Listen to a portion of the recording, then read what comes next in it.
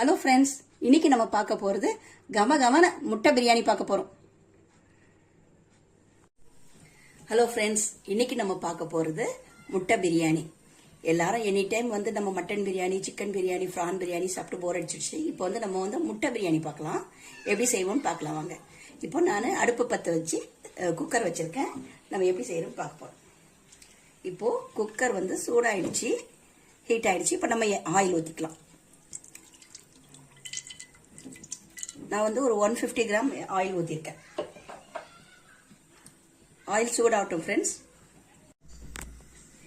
இப்போ நம்ம பட்டை, ஏலக்காய், கிராம்பு, கடல் பாசி இதெல்லாம் நம்ம போட்டுக்கலாம்.